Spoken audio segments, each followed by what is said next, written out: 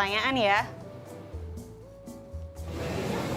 Oke dok, mau tanya dong, di saat pandemi kayak gini kan memang segala sesuatunya itu masih rentan ya penularan segala macam. Kalau di antara suami istri nih misalnya berhubungan gitu ya, terus infonya ada bahwa penularan COVID itu juga bisa ditularkan dari si sperma itu, benar nggak sih dok? Ya. Nanti dok, terima kasih.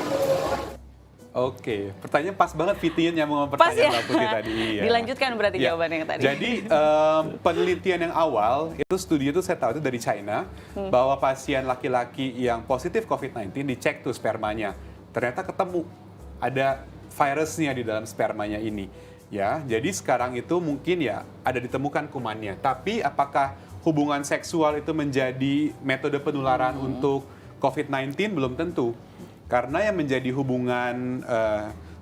yang menjadi sumber utama penularan tetap menjadi dari droplet maupun dari kontak udara, ya. Dan tentu saja pada saat berhubungan intim kan pasti ada hubungan udara juga dari droplet, dari pernafasan, itu yang lebih utama ketimbang dari cairan maninya tersebut.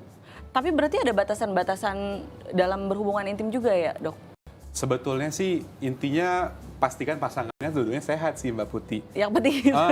Jadi kalau misalnya ada gejala atau misalnya habis kontak dengan orang yang positif, ya memang anjurannya adalah diperiksa untuk COVID-19-nya gitu. Oke, tapi kita kadang nggak tahu juga sih dok, apakah benar-benar sehat atau enggak, karena kan masih ada yang namanya tanpa gejala gitu. Iya, Nah, betul. berarti kita harus benar-benar memastikan sebelum berhubungan gitu. Jadi curiga sama suami ya. Oh, enggak. Curiganya bukan curiga yang lain-lain, tapi curiga COVID atau enggak. Oh. Enggak, intinya gini, kalau misalnya teman-teman menjalani protokol PSBB new normal yang baik sejauh ini, ya itu silakan saja. Tapi kalau misalnya ada riwayat kontak atau petugas kesehatan, maka itu harus diperiksa. Diperiksa.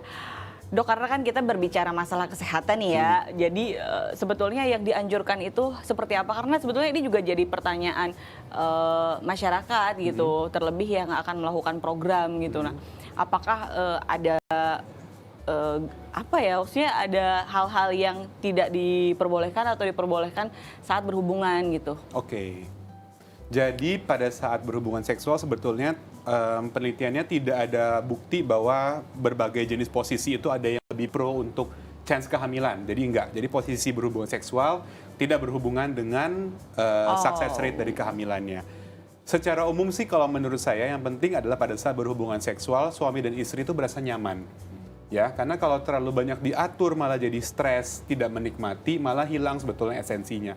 Jadi yang penting suami istri merasa nyaman, keduanya dalam kondisi yang fit dan sehat.